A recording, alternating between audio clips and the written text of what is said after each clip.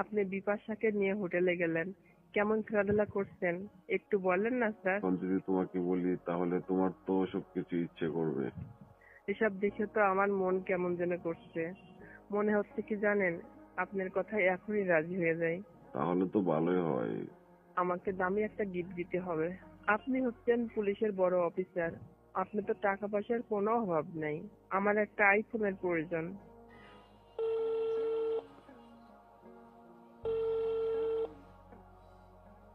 Hello sir, কোথায় আছেন? হ্যাঁ মুন্ডি, বাসায় চলে আসছি। বাসায় চলে গেছেন? হুম। আমরা নাইট ডিউটি করতেছি, আপনি বাসায় চলে গেলেন। তোমাকে নাইট ডিউটি দিয়েছে? হ্যাঁ স্যার, নাইট ডিউটি তো করতেছি। ও, স্যার, কালকে বিপাশাকে নিয়ে হোটেলে গিয়েছিলেন, কেমন মজা করলেন?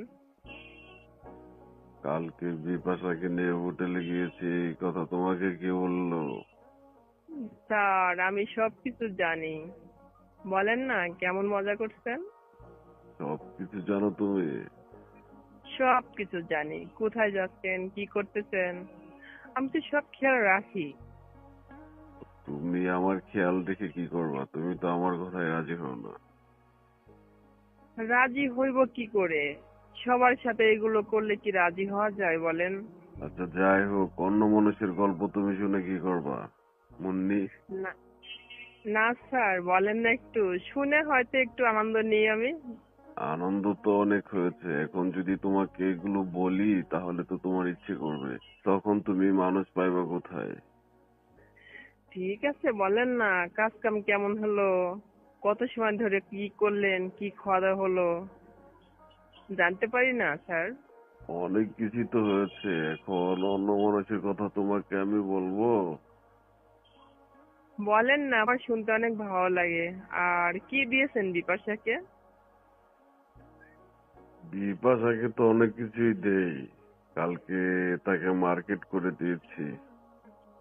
ও আচ্ছা, মার্কেট করে দিয়ে তারপরে ওনাকে হোটেলে নিয়ে গিয়েছিলেন? হ্যাঁ, কি কি দিয়েছি এগুলো যদি তুমি শুনো তাহলে তো তোমারও যাইতে ইচ্ছে করবে। শুনি না আগে। খুব শুনতে ইচ্ছে করতেছে। খুব করে জানতে ইচ্ছা করছে স্যার। আহ, অনেক কিছুই হয়েছে।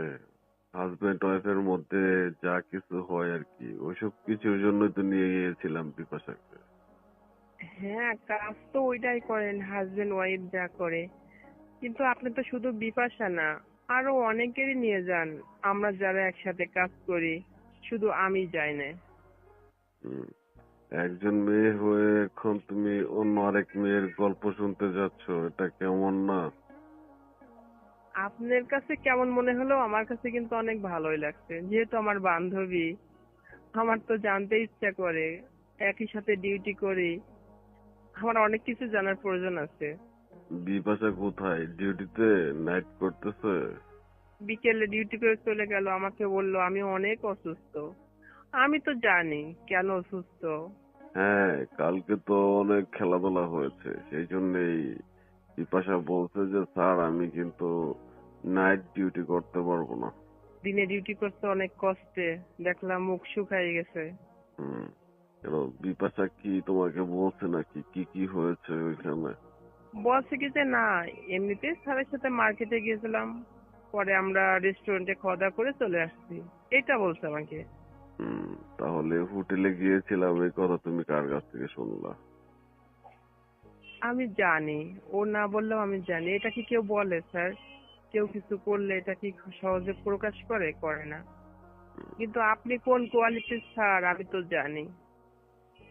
আচ্ছা ঠিক আছে, বিপাশাকে তো 20-25 হাজার টাকার মার্কেট করে দিয়েছি, তাতেই সে অনেক খুশি। কিন্তু তোমাকে কি দিলে তুমি খুশি হবা, আমার কথায় রাজি হবা? মাত্র 20-25 হাজার টাকার মার্কেট করে দিয়েছেন, তাতেই বিপাশা খুশি? তোমাকে তো আরো বেশি কিছু দেব, তুমি বলো না একবার যে স্যার আপনার কথায় আমি রাজি, আপনি আমাকে কি দিবেন বলেন? হ্যাঁ, আপনি আমাকে অনেকবার বলেছেন, যখন আমি রাজি হইনি তখন আপনি আমার বান্ধবীদের নিয়ে গেছেন, কিন্তু কোথায় বিপাশা, কোথায় আমি? হ্যাঁ, না, আমি দেখছি আমার স্যার, দেখি খেলা শুরু করতে করতে থাক, আমিও দেখতে থাকি। হুম।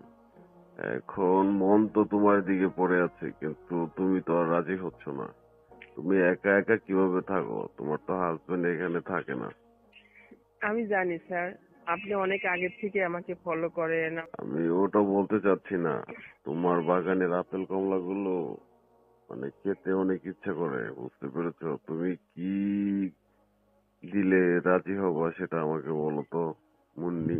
নাইট ডিউটি করে এভাবে দিন কেটে যায়।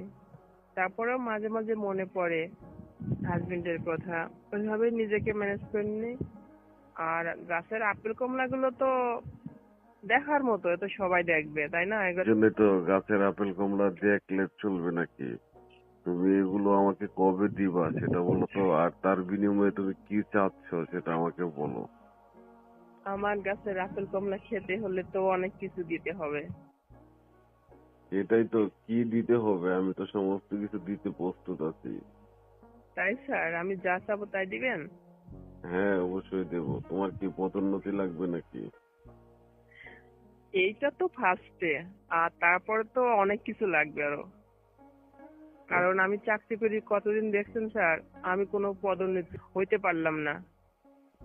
হ্যাঁ, সেটাই তো। তোমার তো কোনো কিছুই প্রয়োজন হয় না। আমি বলছি, মুন্নি, তোমার যা যা প্রয়োজন তুমি আমাকে বলো।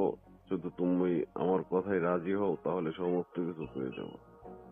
আমার পরে যারা আসছে তারা অনেক পদোন্নতি হয়ে অনেক টাকা স্যালারি পায়, কিন্তু আমি ভাবি যে কি করে ওরা এত আগাই গেল। আমি তো ওদের সিনিয়র, ওরা জুনিয়র হয়ে এত টাকা স্যালারি পায়, এত সুন্দরভাবে চলাফেরা করে। কিন্তু এখন বুঝতে পারছি স্যার, আগে এই বিষয়টা আমার জানা ছিল না। বিপাশা, দেখছো, ডিউটি করে সারাদিনে 4 ঘন্টা 5 ঘন্টা, তুমি দৈনিক 8 ঘন্টা 9 ঘন্টা ডিউটি করো, আবার সপ্তাহে নাইট করো। এসব কি তোমার ভালো লাগে? স্যার ভালো লাগে না, আমি জানি আমি এখানে জব করি, হয়তো আমাদের অফিসের জবের নিয়মটাই এরকম, তাই আমি নিজে মনে করে সবকিছু কাজ করি। কিন্তু এর কাজের বাইরে যে স্যারদের মন রাখতে হয়, এটা আমি জানতাম না স্যার। হুম। তো তোমাকে তো আমি কতবার বলছি যে, মুন্নি, তুমি আমার কথায় রাজি হও, তাহলে তুমি তাদের মতো সুযোগ সুবিধা পাবা। তার বাহিরে টাকা পয়সা, শপিং, দামি দামি জিনিসপত্র সমস্ত কিছুই পাবো আমার থেকে। কিন্তু তুমি তো আমার কথায় রাজি হচ্ছ না। এখন বলো তো, তুমি কি পাইলে আমার কথায় রাজি হবো সেটা বলো। তোমার কি কি প্রয়োজন সমস্ত কিছু মিটিয়ে দেবো। আসলে স্যার ফার্স্ট টার্মসে আমার লাগবে, আমার পদোন্নতি করতে হবে, কারণ আমি অনেকদিন জব করি এখানে। আমি সবার চাইতে উপরে উঠে ভালো কিছু করতে চাই এবং আমি সবাইকে দেখাতে চাই। এই জন্য কি করতে হবে আমাকে বলেন স্যার। তুমি যদি ওই বিপাশার মতো আমার সাথে সময় দাও, তাহলে তুমি অতি দ্রুতই পদোন্নতি পাবা। ঠিক আছে? শুধু স্যার নাইটে আপনার সাথে মিট করলে আপনি অনেক সুযোগ সুবিধা করে দিবেন? তুমি দেখতেছো না যে তোমার আশেপাশের কলিগদের আমি কিরকম সুযোগ সুবিধা দিচ্ছি? তার থেকে তুমি আরো বেশি সুযোগ সুবিধা পাবা, কারণ তুমি তো অনেক সুন্দরী। আমি জানি স্যার, আপনি শুরু থেকে আমাকে অনেক পছন্দ করেন। আর এই পর্যন্ত আপনি আমাকে অনেকবার প্রস্তাব দিয়েছেন, আমি কখনো রাজি হই নাই। কিন্তু এখন ভেবে দেখলাম রাজি হওয়াটাই ভালো ছিল। উম, ঠিক আছে, সমস্যা নাই। এখন যদি তুমি রাজি হও, তাহলে আগামীকালকে কি এই ব্যবস্থা করবো নাকি? স্যার আগামী কালকেই যেতে হবে? সেটা তোমার ইচ্ছা, আমি তো তোমাকে বলবো না যে যেতেই হবে। তোমার ইচ্ছার বাইরে কোনো কাজ হবে না। যদি ইচ্ছে করে তুমি আমার কাছে আসো তাহলে হবে। হ্যাঁ, আমি তো সারাদিন আপনার পাশে থাকি এবং আপনার কাছেও আমি যেতে চাই। আর সেটাই তো তোমাকে আমি বললাম যে, তুমি যদি ইচ্ছাকৃতভাবে আমার কাছে আসো তাহলে হবে, আর যদি আর তোমার ইচ্ছার বাইরে তো কোনো কিছু হবে না। বুঝতে পেরেছো মুন্নি? ঠিক আছে স্যার, ফার্স্টে আমি আপনার সাথে দেখা করব, আপনি আমার পদোন্নতি করে দিয়েন, তারপরে যা কিছু নেওয়ার আমি তখন আপনার কাছ থেকে চেয়ে নেব।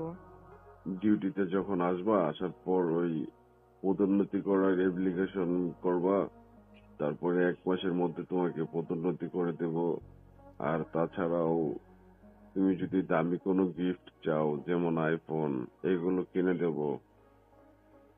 স্যার এগুলো আমি সময় করে নিব, কারণ আমি নর্মাল একটা ফোন চালাই। আমার আইফোনের প্রতি অনেক আগে থেকে ইচ্ছা ছিল। আমার সমস্ত কলিগরাই আইফোন ব্যবহার করে, কিন্তু শুধু আমি আইফোন ব্যবহার করি না। স্যার, আর আপনার সাথে যদি আমি নাইটে মিট করি, কিন্তু নাইট ডিউটি করতে পারবো না অফিসে। তাহলে চলে আসো, আগামীকালকে তোমাকে আইফোন কিনে দেওয়ার ব্যবস্থা করি। ঠিক আছে স্যার, আমি যখন ডিউটি করব আপনি আমার সাথে কথা বলবেন, তারপরে আমি ডিউটি শেষ করে বাসায় চলে আসে তখন যাব। হুম, তাহলে কি আগামীকালকে সিরিয়াসলি যাওয়া তো? হ্যাঁ স্যার, যাব। তাহলে তাহলে বিপাশার মতো আগে তোমাকে মার্কেটে নিয়ে যাব, ওইখান থেকে তোমাকে আইফোন কিনে দেব, তারপরে তোমাকে হোটেলে দিয়ে যাব। বুঝতে পেরেছো? স্যার এটা আপনার ইচ্ছা। হুম, আইফোন পেয়ে যাবো আগামীকালকে, খুশি